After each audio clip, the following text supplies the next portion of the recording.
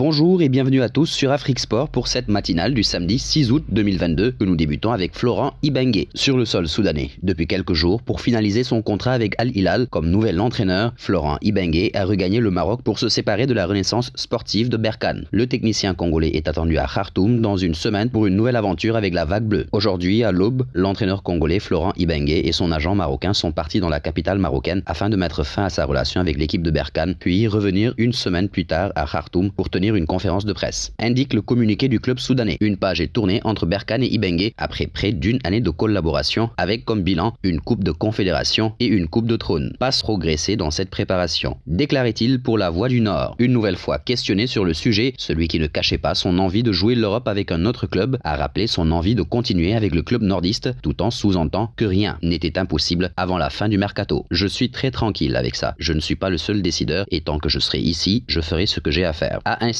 assuré en conférence de presse celui qui a notamment été ciblé par le Paris Saint-Germain. Et parlant justement du Paris Saint-Germain, le dossier Gana Gueye est encore agité. Devenu indésirable du côté du PSG, Idrissa Gueye disposerait de plusieurs points de chute en cas de départ du club de la capitale et Everton souhaite le faire revenir sous la forme d'un transfert. Selon Sky Sports, et face au temps qui commence à se faire long, les Toffees feraient actuellement pression pour rapatrier leur ancien joueur à Goodison Park et aimeraient trouver un accord le plus rapidement possible. Affaire à suivre. Parlons droit TV. La saison dernière, la Première Ligue a été diffusée conjointement par Canal+ et RMC Sport. La première nommée avait obtenu les droits pour la période 2022-2025 et l'information sortie en exclusivité par l'équipe a été confirmée ce matin. Aucun accord n'a été trouvé entre les deux chaînes pour procéder à une diffusion commune cette saison. Le groupe Canal+ aura donc 100% de la retransmission de la compétition pour l'exercice 2022-2023. Malgré cette perte, RMC Sport conserve toujours la diffusion de la Ligue des Champions avec 2 affiches à chaque journée comme Canal+, l'intégralité de l'Europa League et de la Conference League. Les abonnés pourront également profiter de la Liga NOS, le championnat portugais, en ce qui concerne les programmes football. Un pas d'ailleurs en Angleterre. Les Blues de Chelsea sont prêts à battre tous les records de dépenses cet été. The Telegraph parle même de 350 millions d'euros qui s'apprêtent à être lâchés juste sur cet été 2022. Rien qu'avec les signatures de Raheem Sterling pour 56 millions d'euros, Kalidou Koulibaly pour 38 millions d'euros, Carney Chukwuemeka qui a été officialisé hier pour 20 millions d'euros et le gardien américain Gabriel Slonina pour 10 millions d'euros qui n'arrivera qu'en janvier 2023. 124 millions d'euros donc ont quitté les comptes du club. C'est loin d'être terminé puisque ces derniers jours, les rumeurs les plus folles ont circulé. Il y a bien sûr Wesley Fofana qui a fait l'objet d'une offre de 75 millions d'euros rejetée par Leicester, tandis que Marc Cucurella est bel et bien en approche malgré le démenti de Brighton en date de mercredi soir. Avec tous ces dossiers, Chelsea va exploser son record de 200 millions d'euros dépensés lors du mercato 2020. Et nous voici arrivés à l'instant quiz avec 3 indices pour connaître notre joueur mystère du jour. Premier indice, je suis un milieu offensif de 19 ans évoluant en Bundesliga.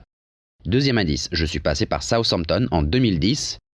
Troisième indice, je suis l'actuel meilleur buteur de mon équipe en championnat. Qui suis-je? Vos réponses sont attendues en commentaire. Et félicitations à tous ceux qui ont répondu. Sofiane Diop lors de la matinale de ce vendredi. C'était le joueur à trouver puisqu'il est un milieu de terrain de 22 ans évoluant en France qui a joué pour 2 clubs dont Sochaux. Il a la particularité de pouvoir jouer pour 3 pays. Filons enfin au Barça. Cet été, le FC Barcelone s'est significativement renforcé avec de multiples arrivées sur chaque ligne qui compose sa formation. Un régal pour Xavi Hernandez qui pourra désormais s'armer d'un effectif riche en qualité, mais un gouffre financier pour le FC Barcelone qui n'est toujours pas parvenu à inscrire ses nouvelles recrues en championnat. Renfort le plus onéreux de son mercato, Rafinha qui a coûté 85 millions d'euros soulève l'inquiétude à Leeds. L'écurie britannique ne serait pas sereine et aurait inclus une clause permettant de forcer le FC Barcelone à payer le transfert du Brésilien quoi qu'il se passe. Nous faisons beaucoup d'investissements pour construire des clubs. Nous avons investi des centaines de millions, mais tout le pouvoir semble provenir des agents et des représentants de ces joueurs. S'ils ne paient pas l'argent, nous aurons un problème mondial qui sortira dans tous les médias du monde. A fustigé Andrea Radrizzani, président de Leeds, dans des propos relayés par The Athletic. Et nous arrivons au terme de cette matinale que nous bouclons avec la question du jour. Gana Gueye doit-il désormais se résoudre à partir? Vos réponses seront attendues en commentaire. En attendant, n'hésitez pas à vous abonner sur Afrique Sport pour ne rien manquer du football continental et international.